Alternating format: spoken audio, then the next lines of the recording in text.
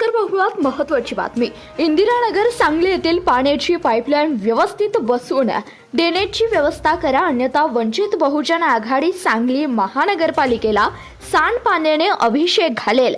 वंचितांचा आक्रमक पवित्रा। पहा सविस्तर। सांगली शहरातील इंदिरानगर परिसरात पिण्याच्या पाण्याची मुख्य पाईपलाईन गटारीमधून गेलेली आहे, त्यामुळे त्या परिसरातील नागरिकांना स्वच्छ, पुरेसे व नियमितपणे पाणी मिळत नाही। गटारीमधून पाईपलाईन गेल्यामुळे पाणी दूषित असल्याची शक्यता असून नागरिकांच्या आरोग्यास धोका निर्माण होत आहे।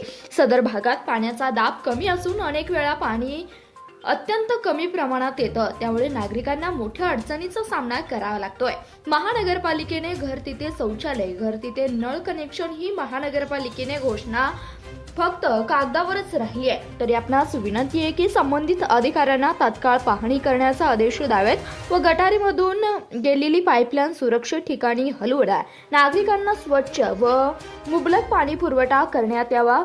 तसेच इंदिरानगर परिसरात ड्रेनेजची व्यवस्था करण्यात यावी, अन्यथा वंचित बहुजन आघाडी महानगरपालिकेला गटारीने सांडपाणी घेऊन अभिषेक घालेल असा इशारा यावेळी देण्यात आलाय। यावेळी वंचित बहुजन आघाडीचे सांगली शहर अध्यक्ष विनायक मोरे, ज्येष्ठ नेते मधुकर शेसवरे, अनिल कांबळे यांच्यासह भागातील नागरिक उपस्थित होते। यावेळी आमचे प्रतिनिधी इरफान बारगीर यांनी सविस्तर आढावा घेतलाय, तो आपल्या समोर। सांगली मिरज कुपवाड शहर महानगरपालिका परिसरातील प्रभाग क्रमांक 18 मधील इंदिरानगर स्लम एरिया झोपडपट्टी असलेला हा परिसर, या परिसरामध्ये गेल्या अनेक वर्षापासून नागरी सुविधांपासून इथली जनता त्रस्त आहे, भयभीत आहे आणि यांना कोणत्याही प्रकारच्या सोयीसुविधा मिळत नाही।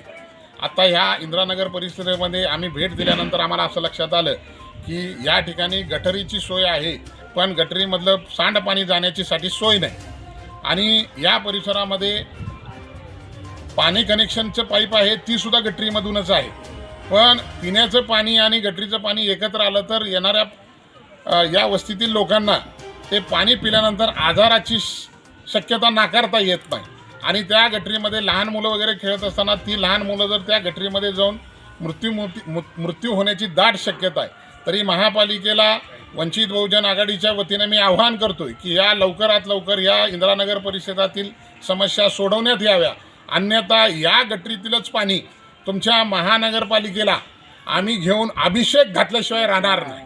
बरोबर।